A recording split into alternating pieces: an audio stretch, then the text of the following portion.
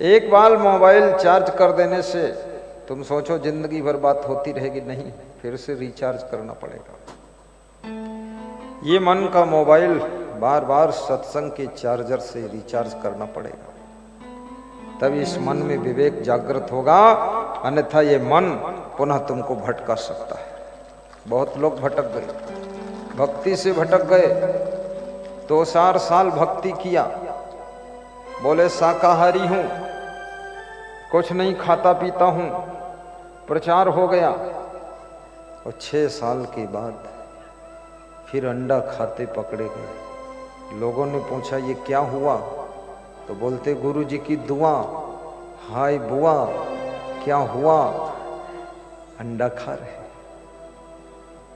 इसलिए सत्संग बार बार सुनना पड़ेगा, क्योंकि मन बहुत चंचल है और सभी का चंचल है।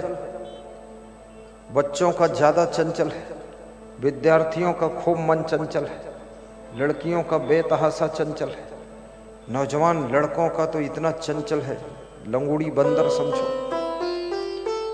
जवानों का भी चंचल है, बूढ़ों का भी चंचल है, डोकरा डोकरी का भी मन चंचल है। शरीर कमजोर हो गया है, लेकिन मन लपक रहा है कि और समोसा खाऊंगा, जलेबी लाओ। डॉक्टर मना करता है अब ये मत खाना, फिर भी खा लेते हैं। बोले मर जाऊंगा पर खाऊंगा जरूर। इतना मन चंचल है, इंद्रियां बेबस हैं तुम्हारी, कहां कंट्रोल लोग कर पाते हैं। कितने नौजवान गीत गाते रहते हैं, मेरा मन डोले मेरा तन डोले मेरे दिल का गया करार रे। कौन बजावे बांसुरिया, कौन चलावे साइकिलिया? मन डोल गया, तन डोल गया, दिल का करार चला गया। महाराष्ट्र में एक आदमी साइकिल पर पत्नी को बिठाया था, पत्नी की गोद में बच्चा, पति की पीठ पर एक बच्चा, साइकिल के आगे डंडा पर एक बच्चा, छोटी सी साइकिल, 5 सवारी, नौजवान पति, नौजवान पत्नी।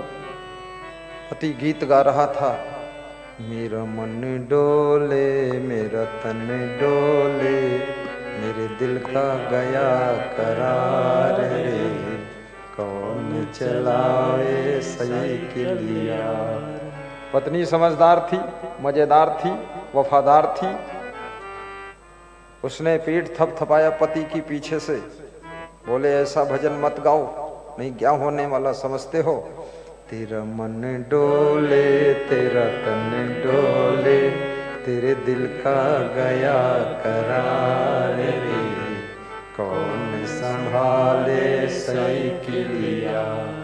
हे पति, तेरा मन डोल गया, तन डोल गया, तेरे दिल का करार चला गया, तो ये साइकिल कौन संभालेगा? इसलिए मत गा, नहीं साइकिल गिरेगी और 5 सवारी है, बहुत चोट चपेट लगेगी। लेकिन वो माना नहीं। ज्यादातर पति लोग मानते नहीं, पत्नियां बहुत मनाती हैं, समझाती हैं, अच्छा नाश्ता कराती हैं, फिर मनाती हैं, तब भी नहीं मानता, बड़ा जिद्दी है। इसलिए कभी कभी पत्नी अगर अच्छी बात कहे तो एक बार में ही मान लेना चाहिए। मंदोदरी रावण को मनाती थी, समझाती थी, रिझाती थी, खिजाती थी, पर रावण मानता नहीं था। रावण मंदोदरी से अकड़ जाता था और बोलता था कि मैं रावण हूं, तो मंदोदरी कहती थी मैं समझती हूं तुम रावण हो, मेरे पति हो, मेरे लिए भगवान हो, लेकिन मैं नहीं कहती कि तुम राम हो। तुम राम होते तो समझाना ही नहीं पड़ता, सीता जी ने कभी राम को समझाया ही नहीं, तुम रावण हो इसीलिए समझाना पड़ता।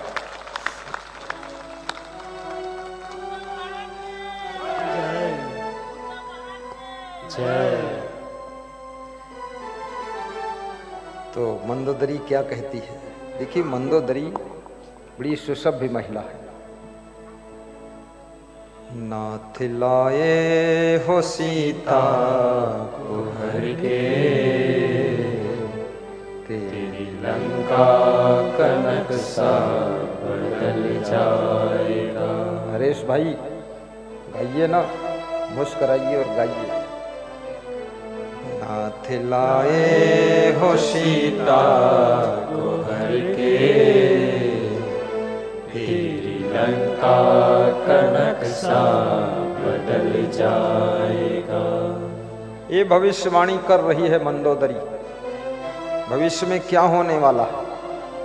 विदुर जी ने धृतराष्ट्र को भविष्य बता दिया था कि भविष्य में कुरुक्षेत्र में लाशें ही दिखाई देंगी, लाखों नारियां विधवा हो जाएंगी। व्यास जी आकर के सत्यवती से कहते हैं, हे मां,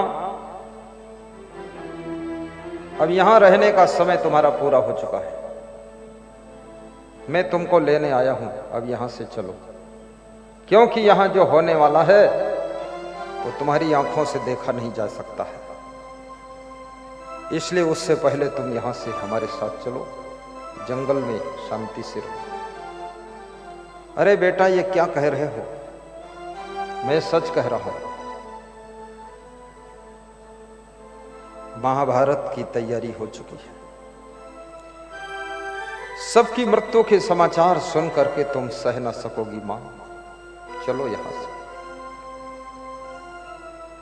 कुछ लोग आपके बीच में ऐसे होते हैं जो भविष्य को जान जाते हैं, परिवार के अंदर भी कुछ सदस्य ऐसे होते हैं जो भविष्य को समझ लेते हैं कि ये होने वाला है, और उनके समझाने से जो समझ जाता है वो भविष्य के परिणाम को भी सुधार सकता है और अपने भाग्य के रिजल्ट को भी बदल सकता है।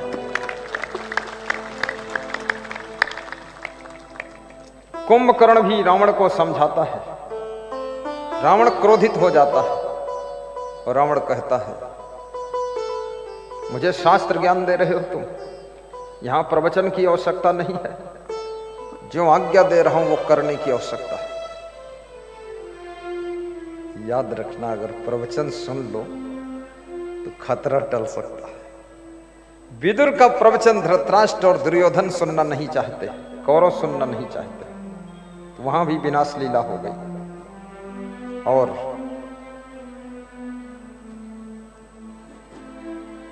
मंदोदरी विभीषण कुंभकर्ण का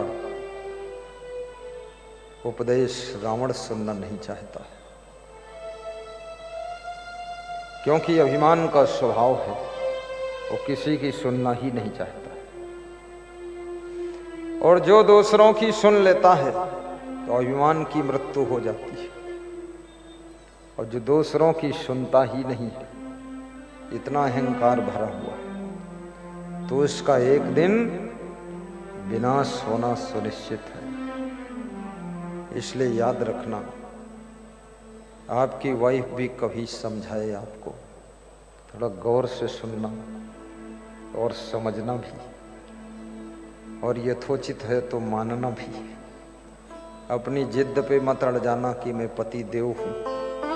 तुम पति देव हो तो पत्नी देवी है, और देवी देव दोनों तालमेल से रहो,